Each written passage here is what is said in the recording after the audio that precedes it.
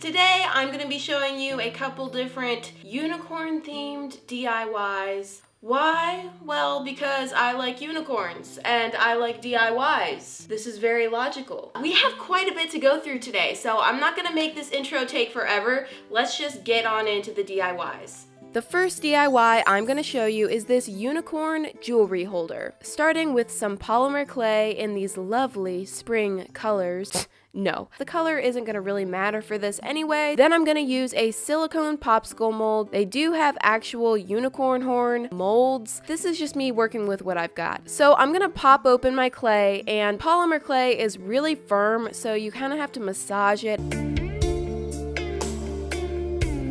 And you know what? This really reminds me of something. I can't put my finger on it. And then I'm going to start sticking the clay down into the mold, piece by piece, really packing it in there tightly so that all the little details come out. And once I had completely filled the mold, I'm going to put this in the freezer. I left mine in there for a couple hours, but I don't think you need to do it for that long, just until the clay is hard so that you can easily peel away the mold. Now the problem with this popsicle mold is that it makes something that looks like a popsicle.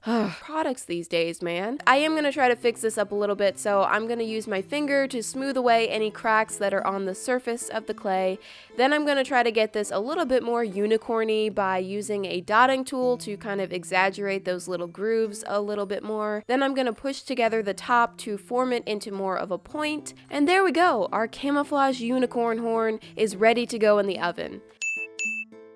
Once that's baked and cooled, don't forget cooled, I'm going to take some gesso, which is like a primer or a base coat for the paint. It did help out a lot since I used a dark colored clay. And now is where this finally gets a little less hideous. I'm going to use some gold acrylic paint on here. I did have to put on like 5 coats of this in order to build up the color, but luckily it dries pretty quick, so it wasn't too bad. I survived it. While that final coat is drying, I'm going to move on to the other piece of this. I'll be using this box that I got from the Dollar Tree. Only the top though, so you can leave. This is made of a pretty sturdy cardboard, so it should do the trick. So again, I'm going to be priming this with gesso because we are going to paint this with some acrylic paint. And my first idea for the paint job got really messy and ugly. I hated it. So I decided to whip up a new batch of paint and start over. Oh, and that really weird pink color next to the normal pink color, yeah, that's another one of my failures. Let's try not to screw this one up. Here I am just sketching out my idea. I simplified the design a lot to make it less of a hot mess. I'm painting on the rainbow colors, and guys, I actually have a legitimate reason to do rainbow.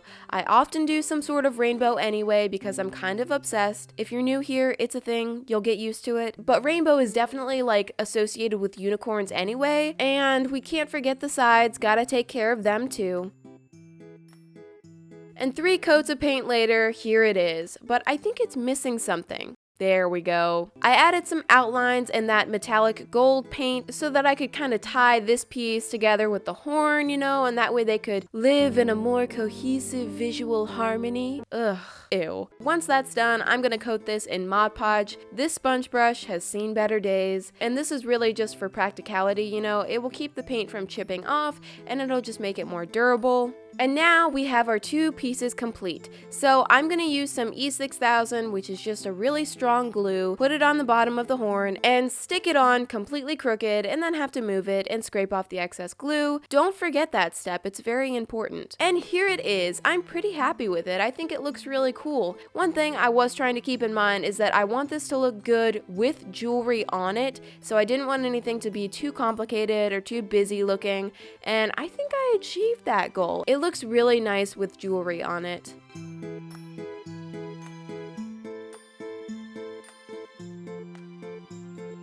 Okay, next I'm going to be making this custom unicorn pouch. So starting with my trusty fabric paint, and I'm actually going to be using the leftover paint from my Squishy Makeover video, Resourcefulness. And I'm going to use this little pouch that I got for like $1 on Amazon. I seem to have a little fart for the noggin. Me laughing at farting jokes. When am I gonna grow up? I'm gonna sketch out my design first. Pencil doesn't erase too well on fabric, so you gotta get it right the first time. And I'm gonna draw some flowers along the top. Now I'm painting those in. This is pretty basic stuff, you know, just painting on a pouch. I'm leaving the centers of the flowers alone for now because I have an evil plan for those later. And I was having difficulty staying in the frame while I was doing this. Yeah, I thought I was in the frame right here. Anyway, I'm just painting along, having a good old time.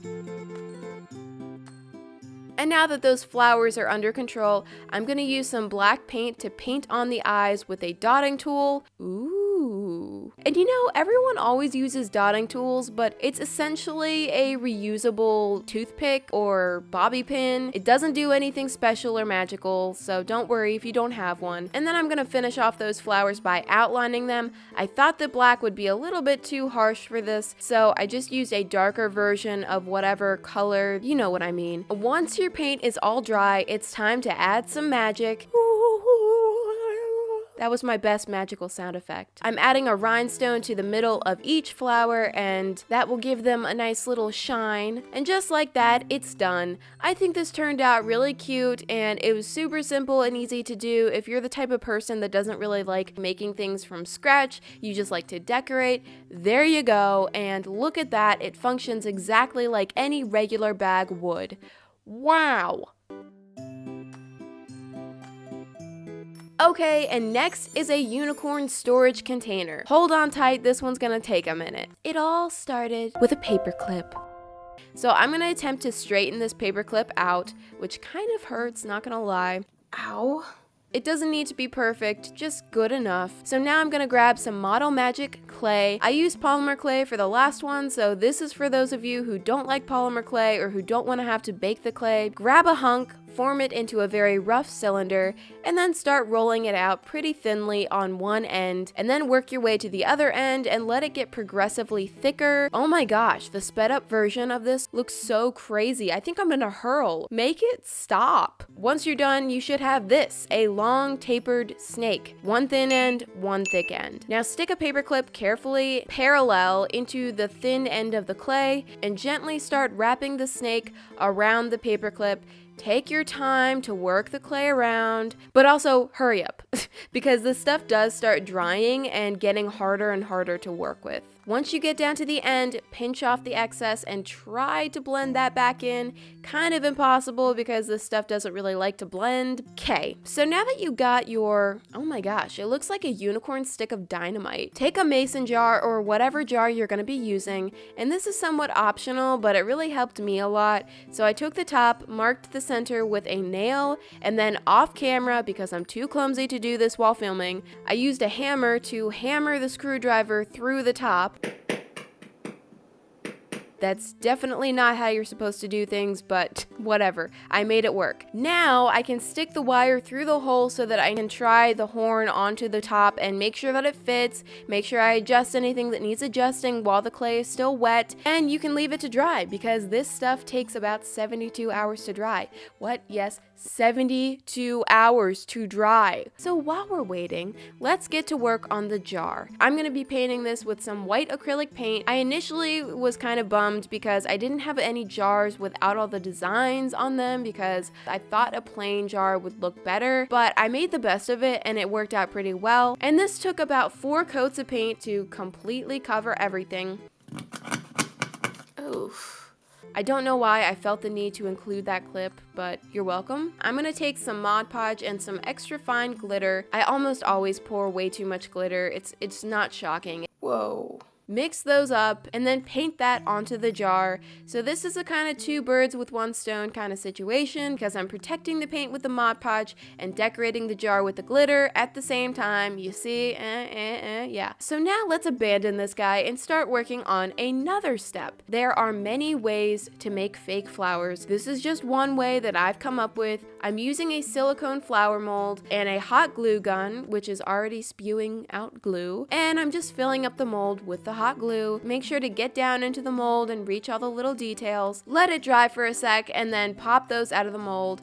I was half expecting this to fail because I wasn't sure if the glue was going to be able to pick up all those little tiny details, but it actually turned out really well, except for the really tiny one. That one was just useless. And here they are. And yes, I do have nasty green and brown clay still under my fingernails. I think it looks good like that. And repeat this as much as you feel the need to until you have all the flowers your heart desires. Now I'm going to use some nail polish to paint these, and I'm just going to paint the centers to start. I'm using 4 different colors in total. Once the centers have dried, then I'm going to turn them over and paint the sides and the bottoms. And yes, I was dying from the nail polish fumes after a while. Thank you for your concern. Remember this guy? Well, now that we've taken care of everything else, it only needs 70 hours to dry. So I'm gonna wait. Okay, it's finally dry. And let's get him caught up with the others by adding some silver metallic paint. I'm not even sure if you're technically supposed to paint on this clay. I read online that you're only supposed to use markers, but you know, it didn't melt or blow up or turn into a monkey, so I think it's fine. And then I added glittery Mod Podge to this as well. Now that the clay is nice and solid, we can cut off the excess wire. If you try to do that when the clay is still really soft, you risk smushing the shape or pushing the wire through the top, so I would probably just wait.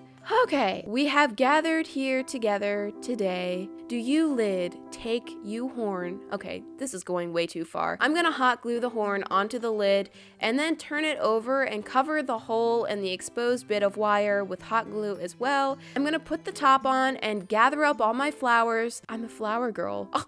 Okay, I'm done now. And start gluing those flowers onto the lid, however they fit, however you like them. And now for the final touch. I took some silver ribbon, tied a little bow, and hot glued that to the front of the jar. I think this turned out so cool and so unique looking. I really love it. In this video, I showed 2 different methods and 2 different materials for making a horn, so you can mix and match and combine materials and methods however you want. I just did that to give you guys options. Anyway, I love how this turned out. I love the colors and I love how silvery and sparkly it is. And this is me trying to find things to put into it.